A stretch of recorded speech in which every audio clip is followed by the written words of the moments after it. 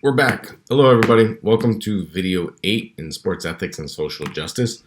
Today, we're going to talk about a sports development and sports development tools for women in sports.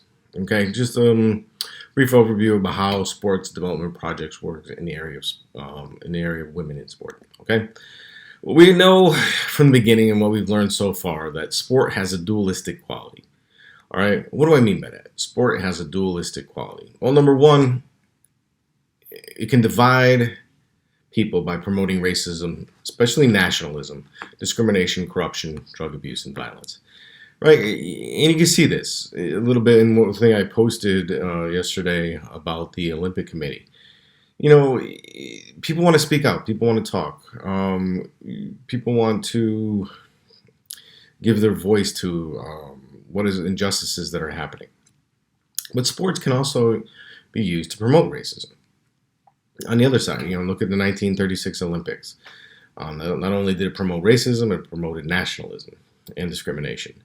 We all know that corruption permeates throughout sport. Look at FIFA, for example. Look at the NCAA. There's drug abuse, of course, and doping, and violence. What we talked about in our last section, violence in sport. All right. That being said, right, that's the negative qualities of sport.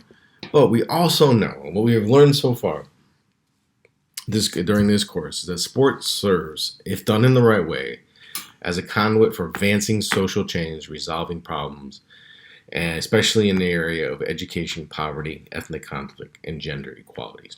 Right? We know this. Studies have been done. Sport is a positive. It works, for the most part, if it's done properly, as a conduit for advancing social change. That's why, why can't the athletes speak out? Why can't the athletes raise their fist in a power salute? Why can't they make small gestures like taking a knee? Because sports advances social change, no matter what. It always has and it always will. It resolves problems with schooling, poverty, ethnic conflict, and gender equities. And that's what we're going to talk about today. Gender equities, inequalities between the sexes. All right, women in sports. We all know that sports promotes physical fitness. We know this, right? It helps control weight loss, reduces stress and anxiety, while promoting social interaction, right? And this applies to both men and women, right? Physical fitness, that's one of the key elements to participating in sport. Since we started this course, I've been asking everybody to get out there and read a little bit, do a little something physical every day. I've been keeping up my end. I've been doing a little home workouts, walking 3 miles. Today I'll be walking 3 miles with 20 pounds on my back.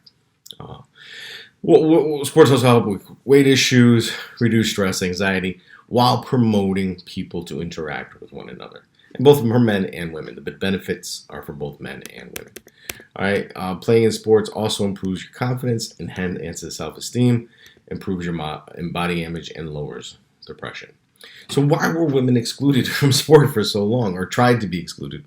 Or why did people push women away from sport for so long if it has all of these positive qualities, improving confidence? Well, we don't want women to be confident. Well, why not? It helps self-esteem, helps with body image, lowers depressive episodes. I mean, these are all great things that sports can do. So we need to incorporate women into sports the way we have over the years, indoctrinating men into sport. Right? And also, what sports does, it helps lead to good leadership roles and negotiating skills. All right, we need women to be leaders. We need women taking positive steps, moving our society forward, just like we have a lot of men to do for many years. All right. So women in sports. So with these sports development programs, women in sports, typically the content is delivered primarily through sport to include social inclusion, right? To bring about social inclusion, right? To bring women into society, to allow them to interact with others, right? Social inclusion programs offers a safe sporting environment. All right, so a lot of these sports development programs are done through allowing social interaction, everybody becoming part of the group, kind of a thing. Social inclusion allows for socialization and ability for women to express themselves through movement and physical activities. All right, so if I ask you on a quiz, what does social inclusion allow? It allows for the socialization and ability to express yourself through movement and physical activity. right? This is important in communities with strict cultural and religious practices. All right, so think about that. We need to have women come together, be able to express themselves, and they can do that through sport, through movement, and and physical activity, especially in areas where women are repressed both culturally and religiously.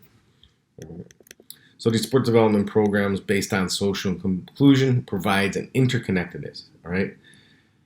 And people can discuss issues like race, ethnicity, and physicality, all right? Provides for all participants to improve. All right, so what are these sports development programs for women? They're based around this social inclusion, right? This social interaction, because it provides for this interconnectedness between people. Because women have been subjugated and pushed down for so long, we need to bring them together, okay, and allow them to interact on various issues. All right. All right. Sports in most of these sports development program is used as the hook to draw women into these social inclusion programs, right? Sport is the draw. All right, get women to come participate in sport, and they can come into these social inclusion kind of programs where they can interact, learn about themselves, learn about others, while also getting physically fit. Sport is the draw, is the hook. And most of the time, the hook is various sports. Most of the time, soccer. It's such an international sport. But there are other areas regarding general fitness, dance, and basketball. All right, in dance, when we talk about dance, we're talking like cultural dances, that kind of thing. All right, so sport is the hook to bring people into these social inclusion groups and in programs, right? And it's easy to use sport because a lot of the times, it doesn't take up much space, not a lot of equipment, and the cost is relatively low. Think about that in the area of dance, right? You need a little room, right, and relatively no equipment, some music, and the cost is relatively cheap. Physical fitness, you may have some equipment. Soccer, you need a field and a ball, basically. All right, and you use this to carry on your cultural heritage. Okay. With all these programs have found out, just like what we talked about with Midnight Basketball and these other social development programs, that you can't just include sport. Right? Can't all be all about sport. It has to include practical skill building also.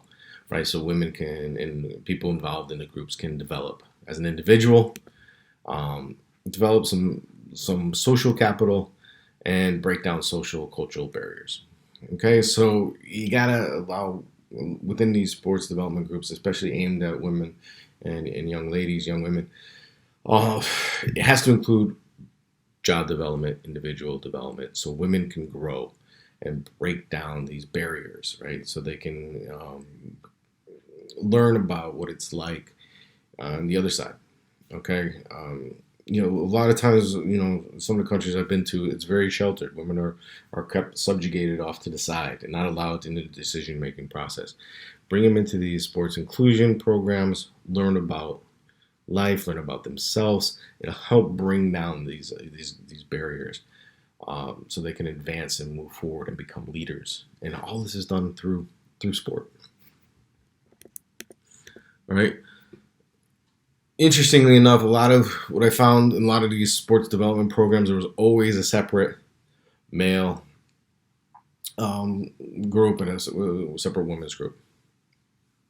This isn't the best. All right, we need to have, of course, some safe areas of social inclusion programs for women, but we also need to have some social inclusion programs that brings the sexes together. All right, because keeping everybody apart is not good, right? We need an inclusive setting so men and women can sit down and talk and have a dialogue and discuss and learn about everything. And they could do it through sport and through these other avenues that are out there. It needs to be balanced, though, right? Women need to feel safe. They need to be heard, right? A lot of times, you bring women into a group, they're not heard. So you need to balance. You need to make sure it's a safe environment where someone can be heard and have an open and honest dialogue. Okay. There's abundance of evidence support that sports and women's development is a giant step forward in the quest for global gender equity. All right, there's a ton of evidence out there. You know, if you're thinking about doing a sports development program geared towards women and young females, it's great because there's abundance of evidence that supports that these sports development programs are a giant step forward to bringing gender equity. Okay, all right. But more needs to be done. I'm counting on you to do it, right? To promote and empower women outside of the Western countries. When I mean the Western countries, Europe, United States, that kind of thing. More in the third world nations. Lot needs to be done. More monitoring, more evaluation, and more funding. So, to really think about this. If you're thinking about doing a sports development program, really think about what can be done to bring programs to areas outside of the Western countries to help promote and empower women. Okay? All right. Really quick, really easy today. We will have a discussion on Friday, Zoom discussion on Friday. Please, if you have any questions about this video today, please feel free to bring it up then. Okay? Take care.